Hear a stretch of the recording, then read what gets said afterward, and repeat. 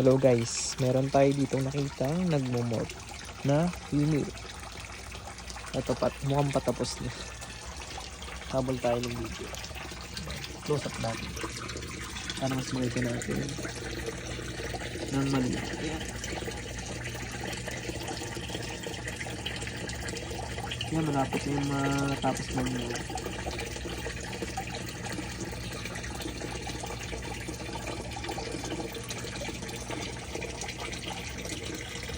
Ang size niya nasa 3.5 inches. Sa video mukhang maliit pero sa personal malaki na yan.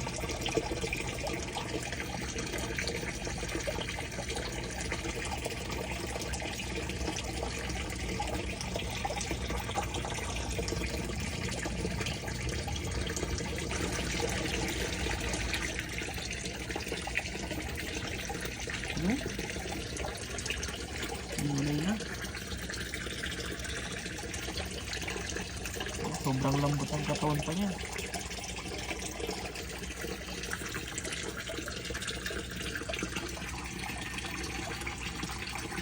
Pwede nang ituloy ng buo.